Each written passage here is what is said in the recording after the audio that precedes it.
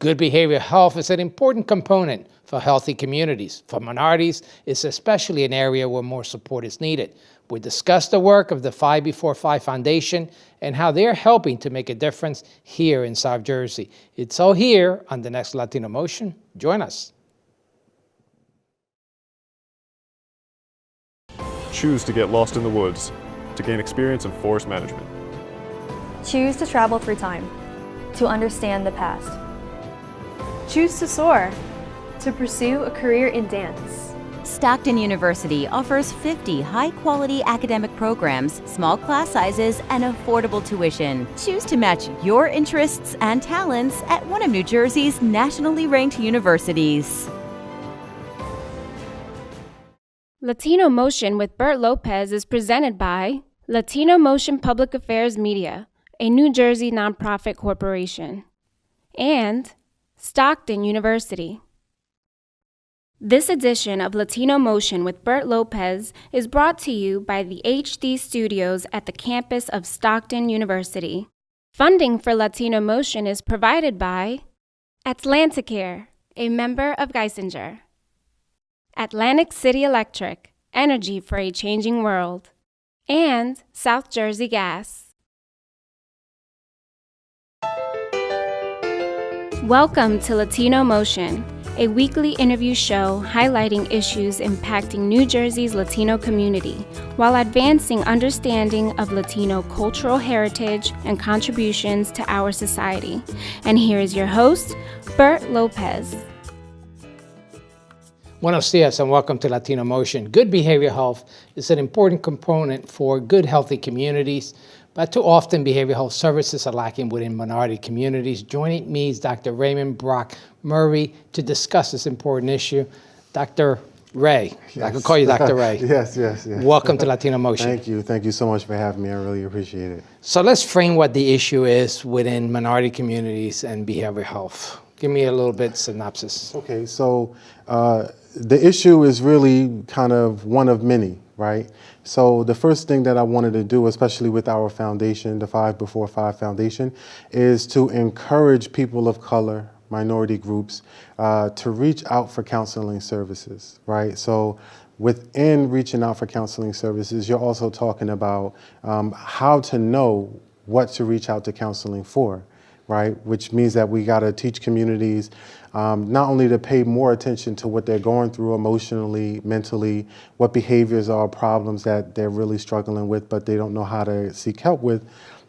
Isn't there a lot of stigma associated with behavioral health, mental health services within the minority communities? Correct, right? Which is why the first goal of our foundation isn't necessarily just to have people reach out, right? It's almost kind of like a stepwise progression, right? Ultimately, we'll want people to reach out, but first we're trying to teach them, how do you pay attention to what your emotional needs are? How do you pay attention to what your psychological needs are? But then on top of that, how do you rely on the people in your community, in your family, friends and loved ones, for the kind of support and the conversations that you can't have otherwise, either because, culturally it's not familiar to us, or we don't have access to services, or even on top of that, we don't have access to services with people who sometimes either look like us, understand our language, understand our cultural stories, or even understand what our emotional needs are. Because when we talk about mental health, it's not always about having bipolar disorder or having schizophrenia or anything that you hear about, right, in the diagnostic books. Sometimes it's, how do I deal with sadness? How do I deal with low self-esteem? Things that you wouldn't go to a hospital for, but you definitely need somebody to talk to. And obviously there are issues in terms of early intervention, if you will, getting folks the help they need at the right time, particularly within minority communities. Yeah. And so part of that is really educating families, almost like one by one, right? To say, okay, like how do you teach a father to listen to his son or his daughter? How do you teach a mother to listen to their child? How do you teach a couple, right, as parents, to listen to and support one another? So right? You're looking at a whole holistic approach here in terms of addressing the community. That's absolutely right, because then it progresses, right? We're working with you in the family, in terms of trying to make more awareness, give people more skills that they can take home from our workshops. And then if those skills aren't working, here we are, right? Available to point them in the right direction for the resources they might need. If they need more help, then they're able to provide for their own selves. I want to talk a little bit about you and your success story, born and raised in Atlantic City. Yes, We're going to take a quick break. We'll Yeah. be right back with more Latino Motion.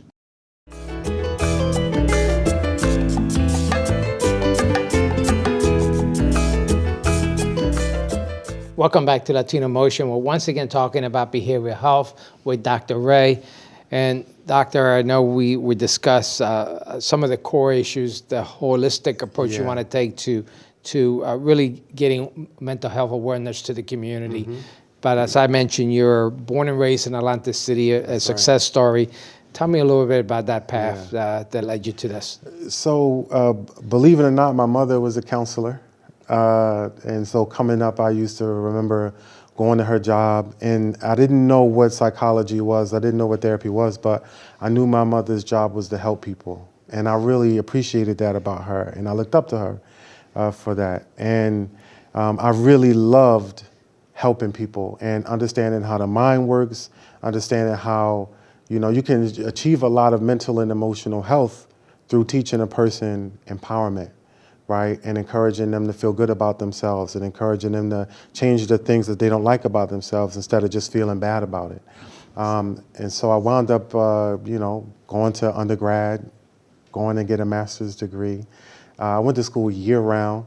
I was really, really passionate about it, and I actually graduated. You went to Seton Hall. Correct? That's right. Yep. I eventually went to Seton Hall, and you know, I really loved Seton Hall. When they tell you get a PhD and go to a school where you fit, and I didn't know it, but that's where I fit. They teach a lot about social justice, community involvement. You know, I don't just sit in my office and wait for people to show up or wait for people to call me. I'm constantly calling organizations. I'm going to mosques. I'm working with police departments, the police academy, oftentimes judges, other universities besides the ones where I'll teach at every once in a while, and try to spread the word about either mental health awareness or trying to teach graduate students and undergraduate students in psychology about what it means to work within minority communities and encourage people to provide better services. What's the most rewarding part of what you do?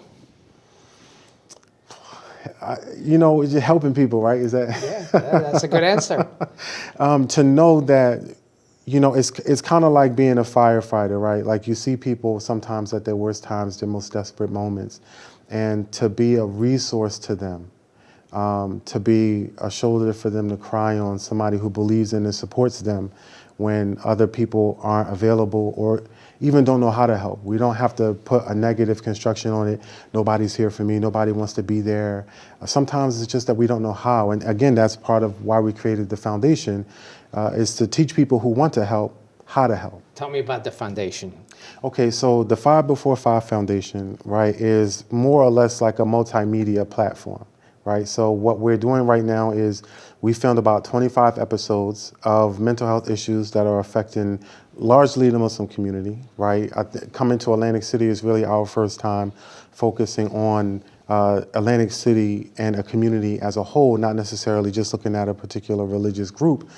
But we film a talk show, we have discussion boards that we're ready to operate, we have self-help videos. I'm writing several books around mental health issues from a self-help perspective that's simple and easy for people to understand and not, you know, still to language. And a lot of it is what I'm talking to you about here, right, is offering workshops and programming that specifically is tailored. Well, some of those programming and some of those topics we want to cover in the next few segments. That's right. We're going to take a quick break. We'll be right back with more Latino Motion.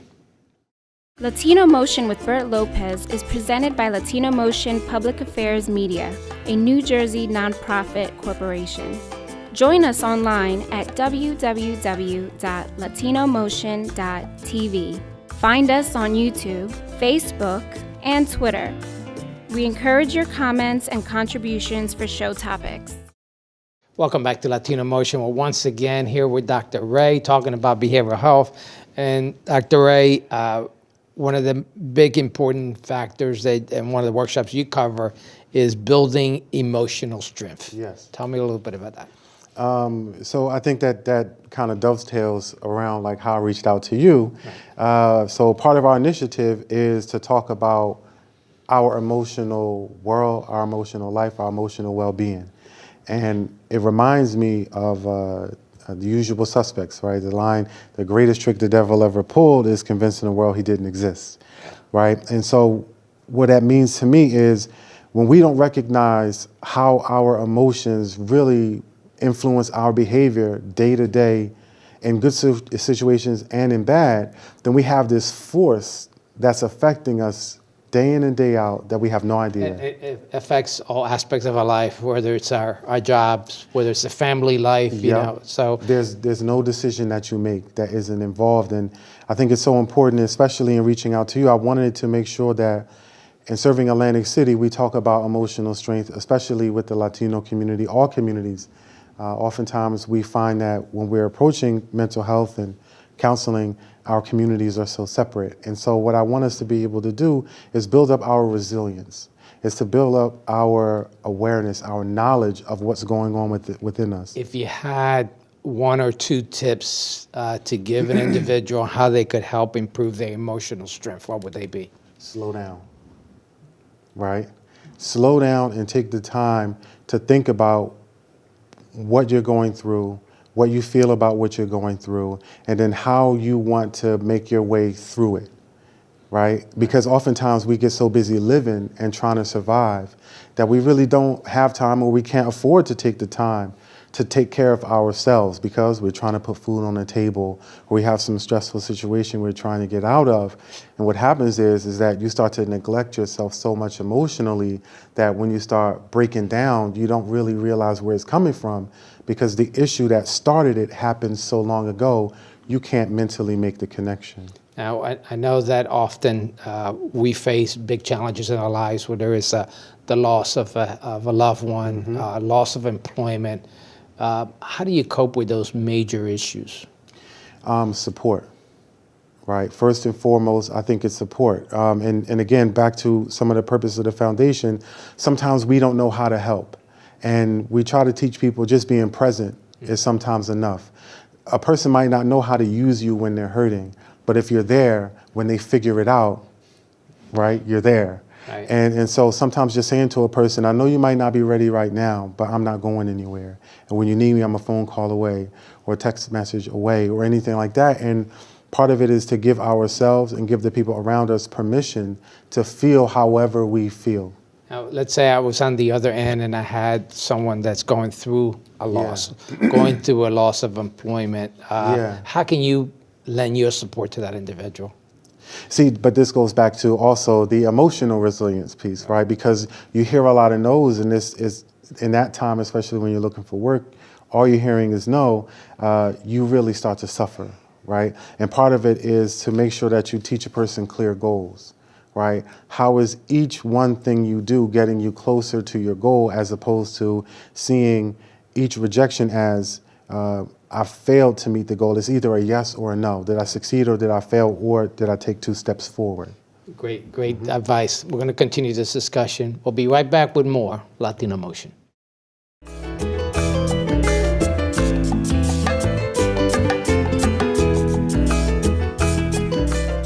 Welcome back to Latino Motion. Once again here talking about behavioral health with Dr. Ray. And Doctor, we covered the having that emotional strength, which is very important. Let's talk about the role of fathers, particularly in the minority communities. You know, in the Latino community, you have that machismo and don't want to share your emotions. And it's true within the African American community as well. Tell me what your suggestion is in terms of the father's role. Well, my hope is to encourage fathers to continue to be a supportive, positive presence in a child's life, but not just being physically present, but being emotionally present, right? Because sometimes we think of ourselves, you know, we're tough guys, we're adults, we're men. Man up, right? Yeah, but a child is still a child, and a child needs to hear, I love you, I miss you. They want hugs and kisses. They want things that kids want.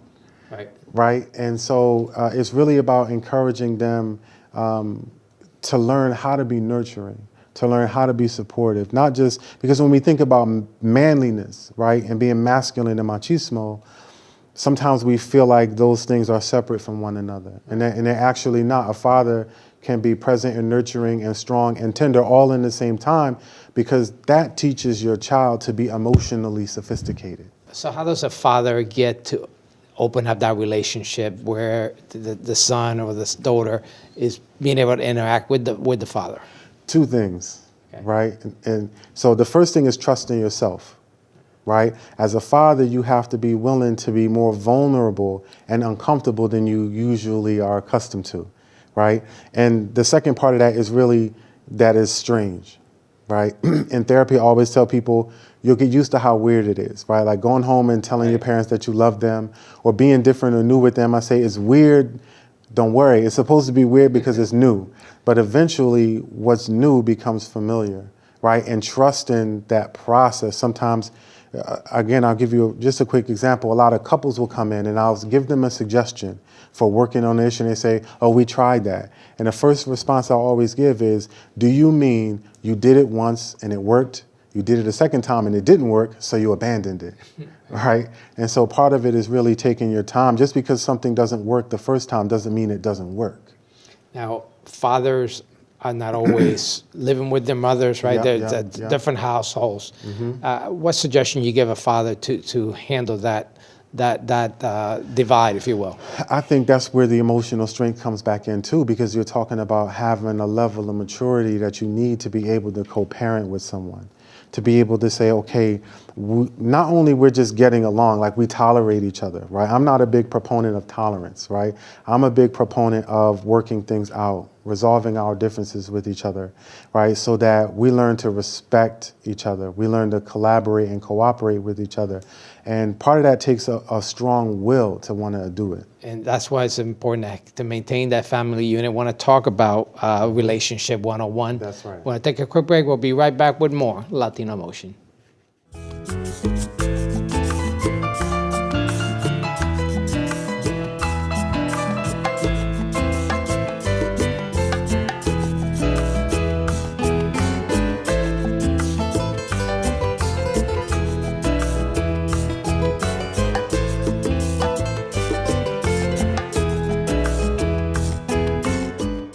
Welcome back to Latino Motion. We're once again here talking about behavioral health with Dr. Ray. And Dr. Ray, we want to switch over and talk about Relationship 101. Yes. What's the key? Okay, so Relationship 101 is exactly what it sounds, right? It's more educational than anything else. We try to have fun. We try to do a lot of role play, examples, get the audience members involved. And this one's going to be about communication, right? Which really means, what do I really mean when I'm talking? What do I really mean when I'm not talking? What am I trying to convey to you or say to you or not say to you by me leaving, not listening or listening, all of these things, and try to teach people to dig a little bit deeper than just what they're saying with their words. I know that is often the big problem, right? Yep. Not being able to communicate. That's right. And misunderstanding, not having the patience, having that relation or emotional strength, if you will, to be able to hear someone That's out. Right. And it's really about skills and experience, right? Part of it, I've had several people that come in and say, our problem isn't communication, we talk all the time, right? But the issue is that they're talking over each other, they're talking at each other, they're talking around the issue, and so that's why it says, we're talking, but we're not communicating. And I'm sure oftentimes you're saying we're talking, they're doing the talking, the other person isn't listening, right? And just preparing my argument back, right? Yeah, right. Yeah. So what advice do you give couples in terms of how they could improve their communications? You got to give to get. Okay. If you and I are having a disagreement with each other, and I want you to understand my perspective, I first should start by showing you that I'm trying to understand yours. I'm trying to understand, not that I do, and not that I agree. Sometimes we think agreeing is understanding. Right. I don't need to agree to understand it. I just need to understand it to understand it. Does that make sense? Yeah. And that makes you more open to giving me a chance. Now let's talk about when there just isn't working, the communication isn't working. Yes. And how do you bring the rest of the family in? Well, that's again, back to the purpose of the foundation. We're trying to teach people that when you've tried everything that you know how to try, that's when you should reach out for help. That's where the support comes in. That's absolutely right. Now, in the communication piece, and we're talking about the relationship, right? We have mixed families, right? So you can have a daughter, and you're the stepdad, and vice versa. Yep. What advice do you give in those type of complex relationships? To try to be creative and find out what works. You know, I had a mother say to me, I just can't get through to my daughter. I want her to open up to me. I want her to trust me, but I don't know how. And I told her, well, why not just leave her little notes around the house? You know what I mean? And That's being creative. It's being creative. Leave her little notes and encourage her to leave you notes. That way, she's not face to face with you, which might be too much for her or intimidating. She doesn't have to worry about how you're going to react because she don't have to be around when you find whatever she wrote. Dr. Ray, I'm sure you have a lot more to share, so thank you so much Yes. for sharing this information and Yes, thank you. joining us here on the show. Thank you for joining us once again here on Latino Motion.